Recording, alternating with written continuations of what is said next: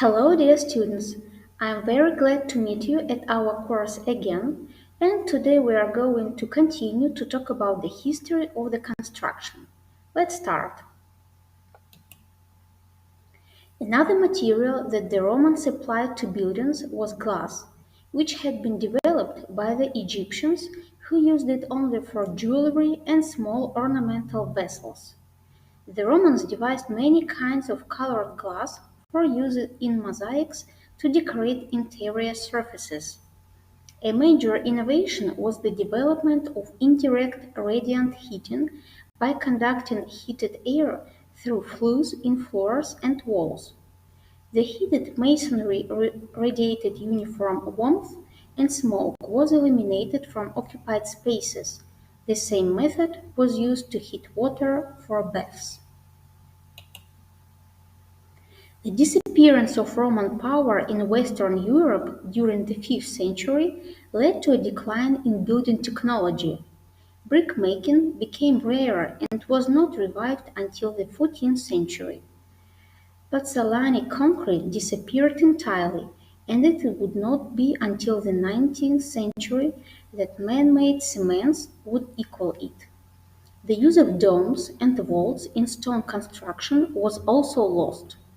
After the end of the Roman Empire in the 4th century AD, there was very little large-scale building done in Europe for about 600 years.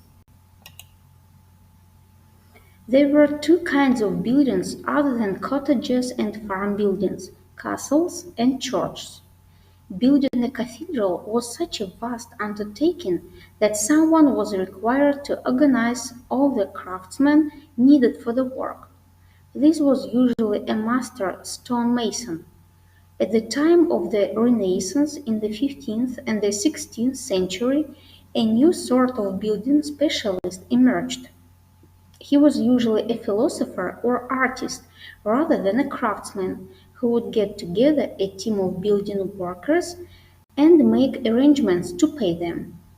This was the beginning of the profession of architecture. The Industrial Revolution in the 19th century brought to an end the craft traditions in building. The large-scale production of iron, beginning with the work of Abraham Darby, who in 1709 was the first to use coke as a fuel in the smelting process, was begun. The ready availability of iron contributed to the development of machinery, notably James Watt's double-acting steam engine of 1769. Henry Cort developed the puddling process for making wrought iron in 1784, and in the same year he built the first rolling mill, powered by a steam engine, to produce roll plans of wrought iron bars, angles, and other shapes.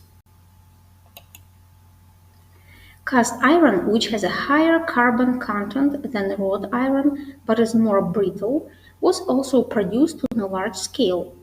Standard iron building elements soon appeared, pointing the way to the development of metal buildings. Their iron was used not so much for its strength and its non-combustibility.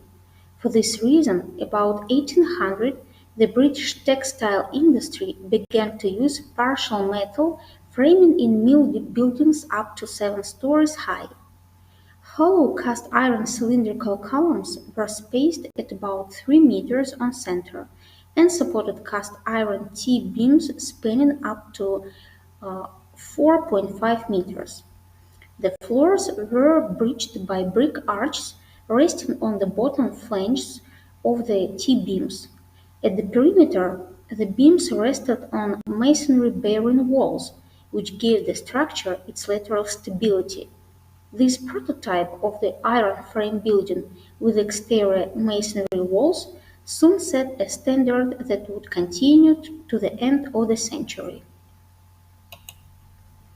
Many new functional buildings were put up in the big towns that were developing. They had to be built quickly and cheaply. The building materials were brought across the country on the new canals and railways that were quickly constructed to get the raw materials for industry and the finished products to places where they were needed. New materials such as steel was introduced and engineers were trained to use it. The availability of cheap steel ushered in construction projects we still depend on, such as large bridges, railroads, and skyscrapers. Steel is a low-cost material still used in the construction industry today. Steel is a non-combustible, recyclable, cheap material that is impervious to termites. Thanks to the versatility and affordability of steel, the construction industry achieved a new level of productivity in the 20th century. Building designers could calculate in advance how a building should be constructed to ensure that it would stand up instead of relying on a system of trial and error, for it sometimes happened that the building would collapse while it was being built. It was important to calculate accurately the cost of materials and labor, and there came to be so much competition for doing the work that a system of tendering developed. Different contractors would calculate what it would cost to complete a project, and then the lowest estimate would be chosen. The quantity surveyor emerged in the late 19th century as a professional specialist in building finance who could accurately predict the cost of a project. In the late 19th century, all kinds of new technological developments affected the building industry.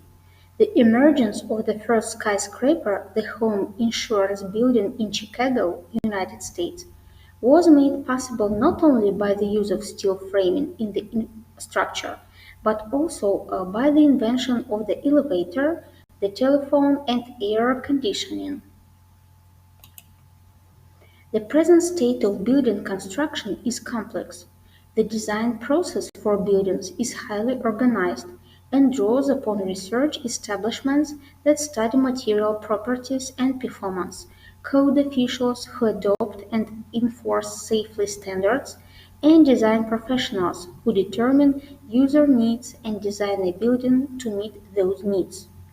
The construction process is also highly organized. It includes the manufacturers of building products and systems, the craftsmen who assemble them on the building site, the contractors who employ and coordinate the work of the craftsmen, and consultants who specialize in such aspects as construction management, quality control, and insurance. Thank you for your attention, dear students. And next time we are going to talk about Russian outstanding engineer Vladimir Grigorievich Shukhov. See you next time. Goodbye.